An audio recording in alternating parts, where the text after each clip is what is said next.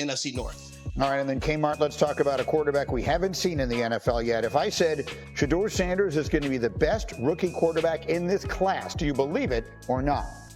I'm going to go with or not. Now, time will tell. Maybe I'm proven wrong. Just think when talking to talent evaluators before the draft, there was a clear dividing line between Cam Ward and then everybody else. And Cam is entering a situation in Tennessee where he is the guy from jump. He is getting first team reps. He is there every day. It is clear he is the leader of this team and this franchise, where Shedeur is still on the field trying to, work his way around these three other quarterbacks. And there are interesting other options, right? I mean, Tyler Shough, we think, is going to get a chance to play. Jackson Dart may get a chance to play. So there'll be some interesting rookie quarterback stories. But the Shedeur Sanders one, obviously, for its own reasons, is probably the most interesting. The Browns' offensive coordinator is Tommy Rees. He was talking about Shedeur's time in Cleveland so far. Here's what he said.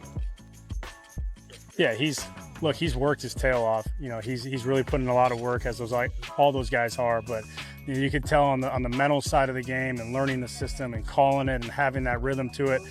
He's put a lot of work and time and effort into that. And then when you do that, the game starts to slow down and you can focus on finding completions. In terms of the quarterback competition, at this point, can you realistically see any one of these four guys winning these jobs?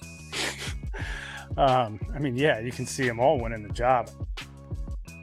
So I love it. I love his exasperated smile because he knows he's stuck now. He has to answer somehow. He answers in the way that says absolutely nothing, right? That is the answer that says nothing, but it also creates the clickbait headline.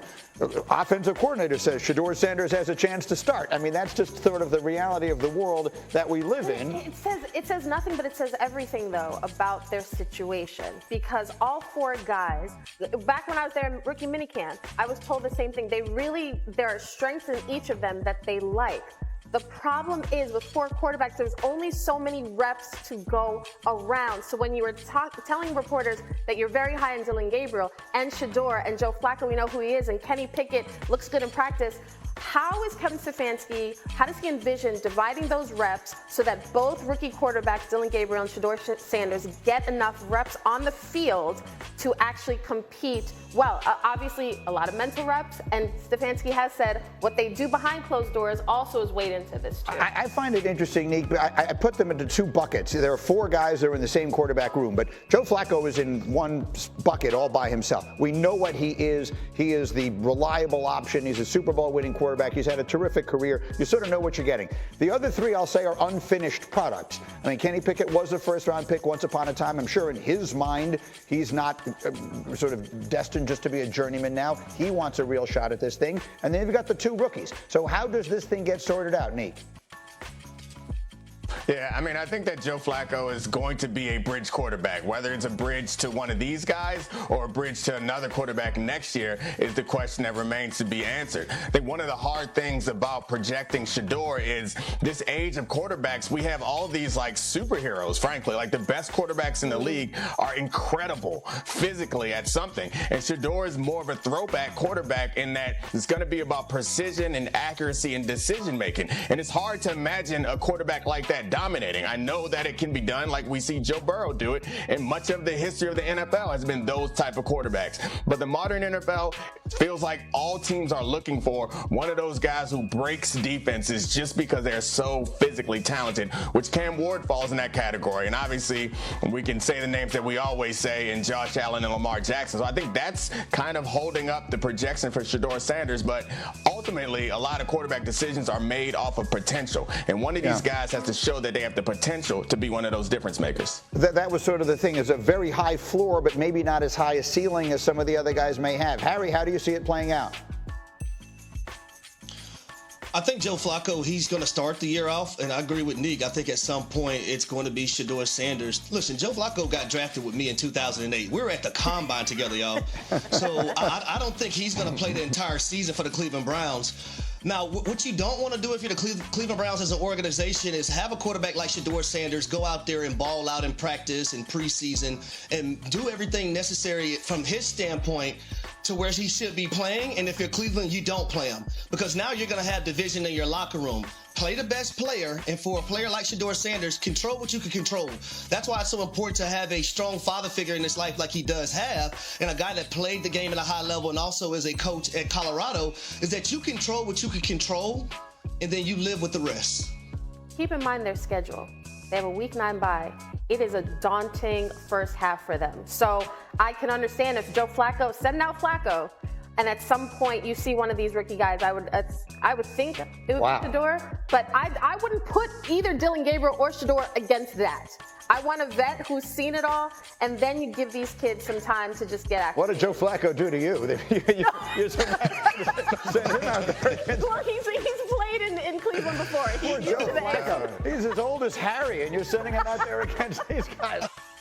All right, I love his little exasperated laugh because he's like, there's no way I can answer this question without making a headline, which is the only thing these guys are trying to do in that conversation is not say something that we're going to run with. But they gave him no option by asking the question that way.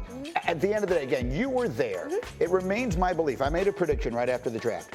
The first reports that are going to come out of there are going to be, Browns pleasantly surprised with how quickly Shedeur is picking up the offense. And, Browns raving about his work ethic.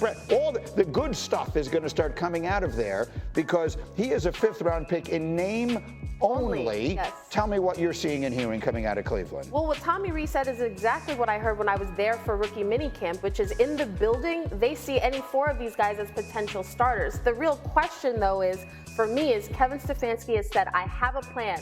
We knew we were going to have 4 quarterbacks. I have a plan for how we're going to divvy up the reps. But Kevin Stefanski has not given any specifics as to how that actually plays out when there are so limited reps to go around. It's not just for Shedeur, also Dylan Gabriel, the quarterback who people forget was drafted in the 3rd round ahead of Shedeur. So you got 2 young kids who need practice time. But Shedeur has impressed from the beginning. It really is going to be who picks up the playbook quicker and who is more at ease with this offense. Dominique, I like the way you were talking about it this morning in our meeting because, again, if you just look at their roster, if you were to print it up on a piece of paper, it would just have 5th-round pick Shedeur Sanders next to it. But the reality of it, at least to me, feels very different from that. Yeah, we could talk about all the things around Shedeur that could have caused him to slide to the 5th round, but all those same things are the reasons why we're talking about him right now. Like, he's not a normal 5th-round pick. He's going to get his chance. He just needs to be ready for that opportunity. I don't remember the last time we talked about a 5th-round quarterback in June. We were talking about him in May. He's a big deal, and the team is going to give him an opportunity at some point, but he needs to use this time, I think, to win over his teammates and coaches and fans, which it seems like he's doing right now. Say and do all the right things.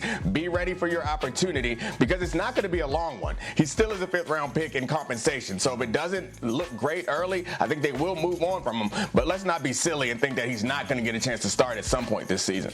So, Harry, you're my offensive player in this conversation. So you've been there. You would have been one of the people on the field while all this is happening.